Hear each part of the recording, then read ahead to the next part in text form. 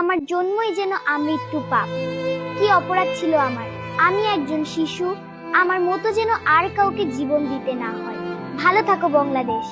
প্রকাশ্যে তাদের মৃত্যুদণ্ড কার্যকর করা হোক যেন। আমি শুধু একজনের বিচার চাই না, আমি চাই বিচার প্রতিষ্ঠিত করব। ওপেন স্টেডিয়ামে যদি বিচার করতো সরকার, খুব ভালো হইতো। আজ দেশের মানুষ যা চায় তা হলো ধর্ষণের বিরুদ্ধে দ্রুত, দৃশ্যমান ও কঠোর বিচার। পৃথিবীতে এমন কিছু অপরাধ ঘটে যা শুনলে বুকের ভেতরটা কেমন যেন মুচড়ে ওঠে। মনে হয় না, এটা সত্যি হতে পারে না। কিন্তু দুঃখের বিষয় হলো এটা সত্যি, এবং এই সত্যিটা এতটাই ভয়াবহ যে স্বয়ং শয়তানও হয়তো লজ্জায় মাথা নিচু করে ফেলত। আজ যে ঘটনার কথা বলবো সেটা শুধু একটা হত্যাকাণ্ডের গল্প না, এটা একটা সমাজের আয়নার সামনে দাঁড়ানোর গল্প, যে আয়নায় নিজেদের চেহারা দেখলে ভয় লাগে। 7 বছরের ছোট্ট রামিসা দ্বিতীয় শ্রেণীতে পড়ে। পাশের ফ্ল্যাটের আঙ্কেল আন্টিকে চেনে, বিশ্বাস করে, কারণ ছোটরা তো এভাবেই ভালোবাসতে শেখে, সন্দেহ করতে না। সেদিন সেই পরিচিত আঙ্কেল সোহেল রানা দরজা খুলে রেখেছিল।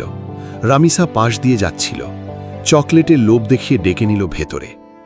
রামিসা জানত না এই দরজাটা পার হওয়া মানেই সাক্ষাৎ মৃত্যুর দিকে এক পা এগিয়ে যাওয়া। পরে রিমান্ডে ভেঙে পড়ে সোহেল নিজেই জানিয়েছে সেদিন সে চরম মাত্রায় ইয়াবায় মত্ত ছিল।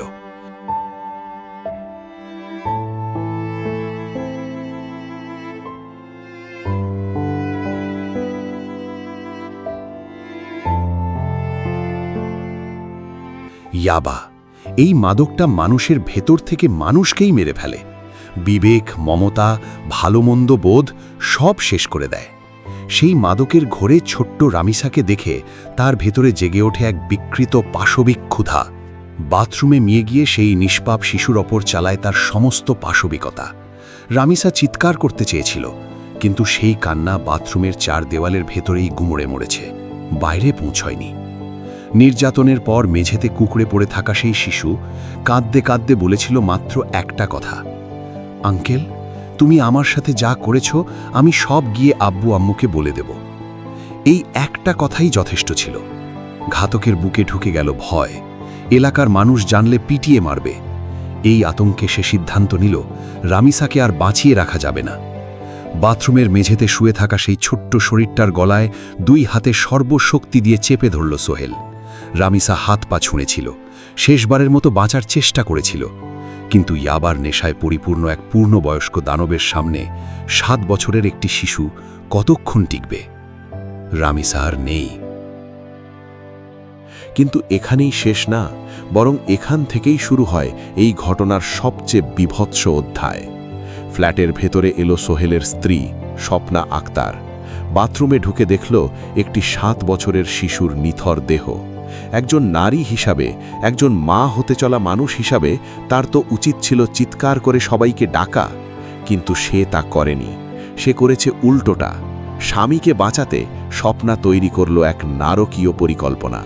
লাশ যেন চেনা না যায়, প্রমাণ যেন নষ্ট হয়ে যায়, এই উদ্দেশ্যে ঘর থেকে আনা হলো ধারালো চাকু।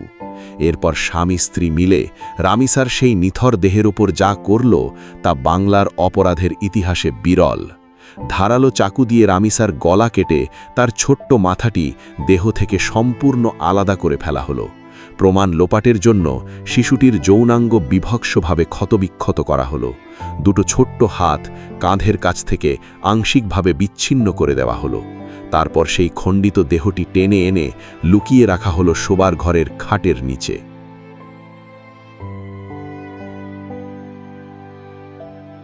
ঠিক সেই মুহূর্তে বাইরে থেকে দরজায় জোরে জোরে নক শুরু হলো। রামিসার মা মেয়েকে খুঁজে পাচ্ছেন না, হন্যে হয়ে প্রতিটি ফ্ল্যাটে খুঁজছেন। ভেতরে ঘাতক সোহেল তখন আটকা পড়া ইঁদুরের মতো কাঁপছিল। স্বপ্না দরজা বন্ধ রাখল দীর্ঘক্ষণ, কোনো সাড়া দিল না। তারপর স্বামীকে বলল, যেভাবেই হোক জানালার গ্রিল কেটে পালাও। সোহেল পালালো, আর সোহেল চলে যাওয়ার পরেই স্বপ্না দরজা খুলল, একদম স্বাভাবিক মুখে, যেন কিছুই হয়নি, যেন সে কিছুই জানে না। কিন্তু পাপ চাপা থাকে না। খাটের নিচ থেকে রামিসার সেই খণ্ডিত লাশ উদ্ধার হওয়ার পর পুরো এলাকায় শোক আর ক্ষোভের যে ঢেউ উঠল তা থামানো সম্ভব হয়নি। গোয়েন্দা দলের চৌকস টিম গভীর রাতে নারায়ণগঞ্জের ফতুলার একটি গোপন আস্তানা থেকে সোহেলকে গ্রেপ্তার করল।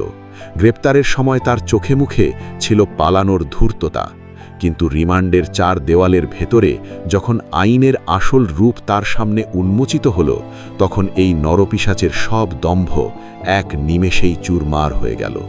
অঝরে কাঁদতে কাঁদতে সে রামিসার সেই রাতের এমন সব বর্ণনা দিয়েছে যা শুনে খোদ তদন্তকারী পুলিশ কর্মকর্তাদেরও চোখের পানি ধরে রাখা কঠিন হয়ে পড়েছিল।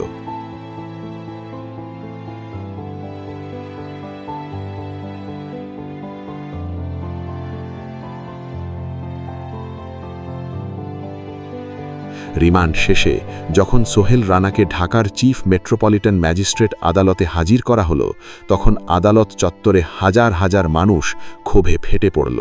পুলিশের ভ্যান লক্ষ্য করে ইট পাটকেল ছোড়ার চেষ্টা হলো, প্রকাশ্যে ফাঁসির দাবি উঠল। স্বপ্না আক্তারকে যখন আদালতে তোলা হলো, ক্ষোভ হলো আরও দ্বিগুণ, কারণ একজন নারী হিসাবে সে এই পৈশাচিকতায় শুধু নীরব দর্শক ছিল না, সক্রিয় অংশীদার ছিল। বর্তমানে দুজনকেই কারাগারে পাঠানো হয়েছে। এই ঘটনা শেষ হয়নি বিচারের রায়ে। এই ঘটনা আমাদের প্রত্যেকের জন্য একটা প্রশ্ন রেখে গেছে। যাদের আমরা প্রতিদিন দেখি, সালাম দিই, বিশ্বাস করি, তাদের ভেতরেও কি লুকিয়ে থাকতে পারে এমন কেউ? আপনার সন্তান যখন আপনার চোখের আড়ালে পাশের ফ্ল্যাটে যাচ্ছে, তখন কি আপনি নিশ্চিত? মাদকের বিষবাষ্প সমাজের কতটা গভীরে শেকড় গেড়েছে, রামিসার ঘটনা তার এক নির্মম প্রমাণ। হয়তো আদালতের রায়ে সোহেল আর স্বপ্নার ফাঁসি হবে, হয়তো কয়েক মাসের মধ্যেই, কিন্তু রামিসার বাবা মা কি তাদের কলিজার টুকরোকে কোনোদিন ফিরে পাবেন? 7 বছরের একটি শিশু যে যন্ত্রণা নিয়ে এই পৃথিবী ছেড়ে গেছে, সেই দায় কে নেবে?